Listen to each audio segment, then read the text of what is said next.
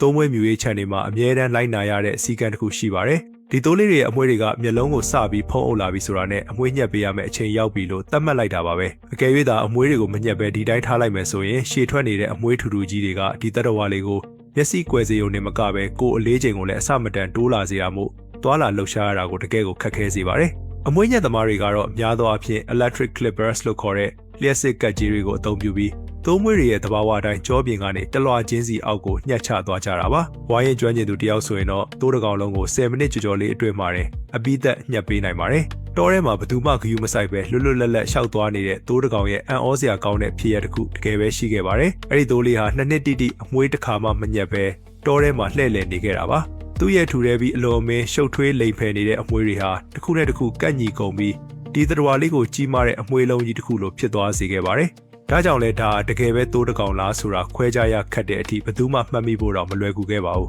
ဒီလိုအစမတန်ရှည်ထွက်နေတဲ့အမွှေးအမြင့်အပုံကြီးကိုရိပ်ပစ်ဖို့အတွက်အလုပ်သမားတွေဟာ25မိနစ်တောင်အချိန်ပေးခဲ့ရပါတယ်ရိပ်လိုက်လို့ထွက်လာတဲ့အမွှေးပုံကြီးကိုချိန်ကြည့်လိုက်တဲ့အခါမှာတော့21 5ကီလိုဂရမ်တောင်ရှိနေတာကိုတွေ့လိုက်ရလို့အားလုံးအံ့ဩသွားခဲ့ရပါတယ်